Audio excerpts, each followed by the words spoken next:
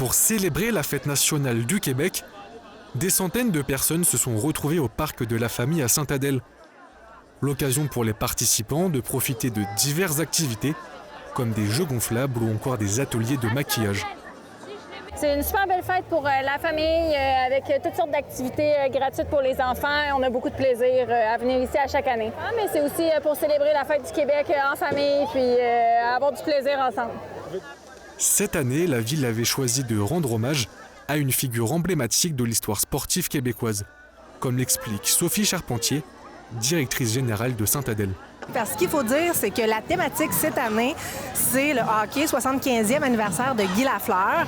Et on termine ça, en fait, on poursuit la soirée avec le spectacle de Marie-Hélène Thibert et ses invités, Joël Legendre et Suzy Villeneuve. Et puis vers 22h30, on termine ça avec les feux d'artifice. Au-delà des festivités, cette journée occupait également une place particulière pour plusieurs Québécois. On vient fêter avec des gens, socialiser, puis se remémorer l'histoire un peu du Québec ensemble, tous les Québécois, nationalités confondues. Symboliquement, je pense que c'est la fête la plus importante au niveau du Québec. Justement, pour ce que j'ai dit, la représentation de ce qu'elle a, la solidarité des Québécois qui ont ensemble, et c'est ça. Bien, un symbole, une fierté, puis peut-être une unité.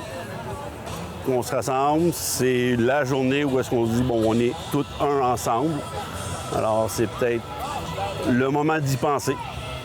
Pour vous, ça permet d'unifier les Québécois entre eux?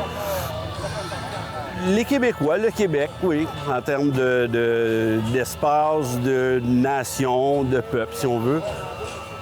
Les célébrations se sont poursuivies en soirée en présence de la députée de Bertrand, France-Hélène Duranceau, et de la mairesse de Sainte-Adèle, Nadine Brière.